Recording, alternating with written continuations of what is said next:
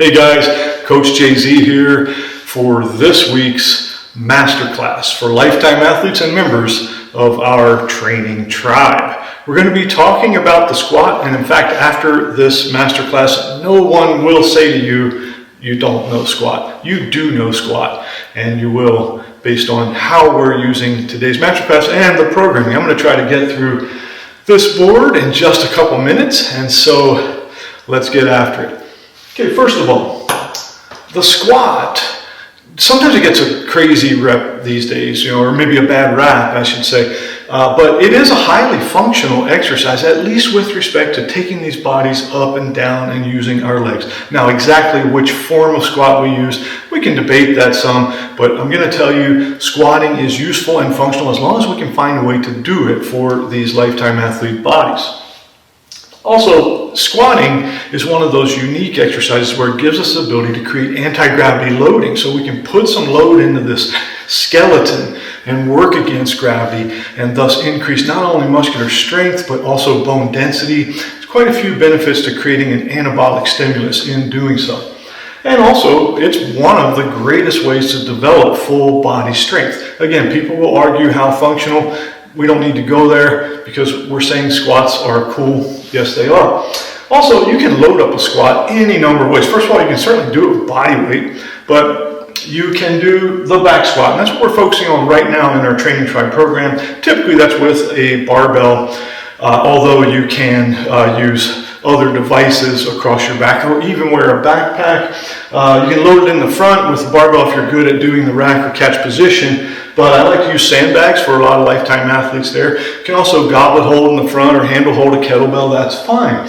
Belt squats are a really cool way of squatting if you have those available, or sometimes you can rig them up, depends on what kind of equipment you've got. You can do a rack squat, just using a rack position or catch position with your kettlebells, depends on how you want to configure. And then sometimes also you can use dumbbells held at the side, just being careful not to round the back. Then we go into talking about, well, what are we squatting for? Well, if we're squatting for range of motion, we're trying to get ass to grass. That's usually someplace where I don't use a heavy load. I just like to help people use a little bit of a load to assist them maintaining that ability to have a full squat. It's extremely valuable from an athletic perspective, but also just life and function itself. Then we go into training for strength and hypertrophy. Now, most of that's fairly classic, using something like a 3/4 to half squat, or you think of a parallel squat when the tops of your thighs are parallel to the ground. Maybe your knee joint angles 90-ish degrees. We're going to get a lot done there, and also it's going to be accessible for more people than saying, hey, everybody's got to take a heavily loaded squat all the way to the basement. Not everybody can.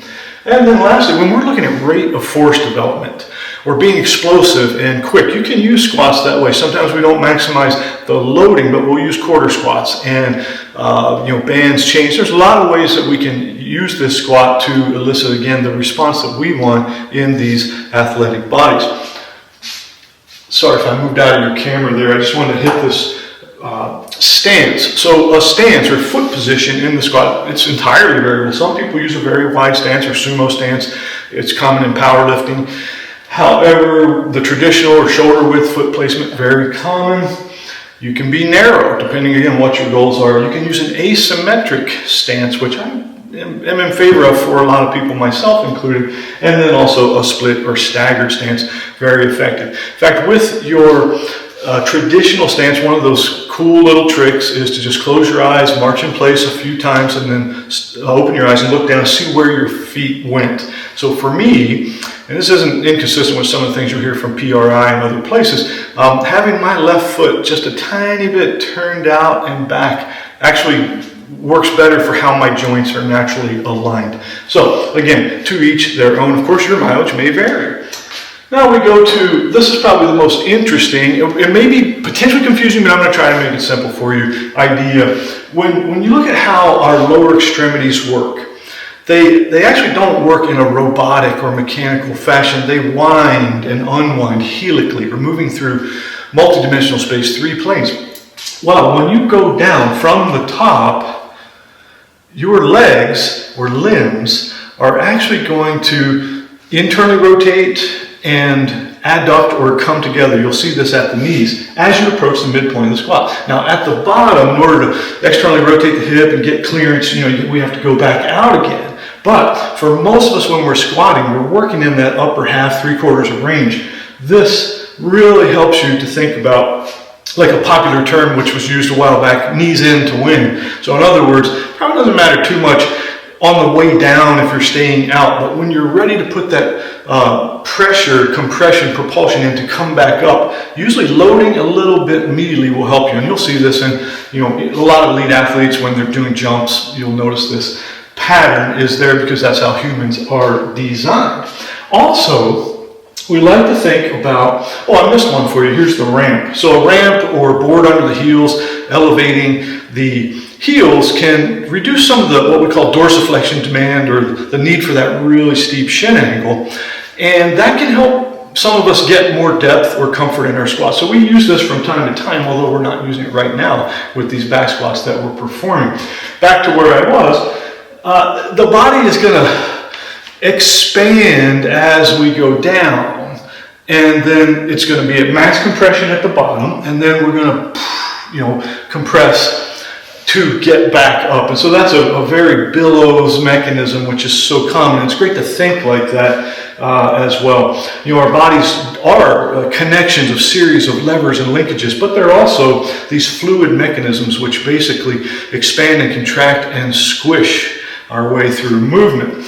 Now we've got inhaling and exhaling. This will be fairly simple, but I'm going to talk about the hold there. So when the weights are not approaching maximum, or some percentage close to there, it makes a lot of sense to inhale on the way down and then exhale on the way up with every repetition of a squat. However, as the load gets heavier and your effort goes up, more intensity, we'll generally hold at the bottom.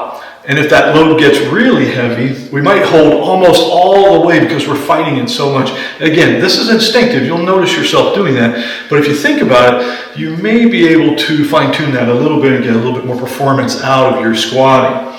Now this one, also, I think the artwork's going to challenge you more than anything, because both of these are a left foot, two left feet. That's kind of a funny expression.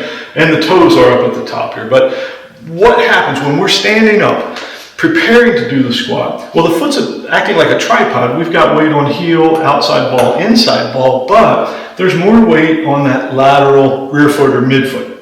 As we descend towards the midpoint of the squat, which we were talking about earlier, that pressure is going to go forward on the foot and roll inward to some extent. So we're feeling a lot of force going through that big toe, the first metatarsal joint, that's the ball behind the big toe, into the ground. That's where we get our maximum propulsion. Again, when these things line up in the body to help us harness what we need to do. So if you notice that you're doing a squat and you're at that midpoint and you're feeling some sticking and not being able to come up out of it as much as you want, it could be that you're not letting your knees come in a little bit, not a lot, but a little. But it also might be that you're not pressuring into that first metatarsal head, and those things are connected.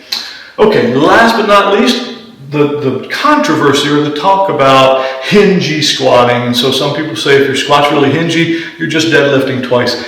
Well, I don't think we need to go that far with what we're doing right now in the tribe. Sure, there are ways to make a squat squatty and more vertical, but there's also nothing wrong with letting your squat be a hybrid of squat and hinge mechanics, thus the hingy squat that we're thinking about. Now, obviously over long term, if it's a lot of heavy loading and we're using that mechanic and we're getting into the depths where we're coming up against our movement limitations, there can be some joint stress, especially at the hip. But it's okay if your squat's a little hingy for now, don't worry about it. So that's a really quick, rapid fire summary of the squat. And friends, believe me, you do know squat.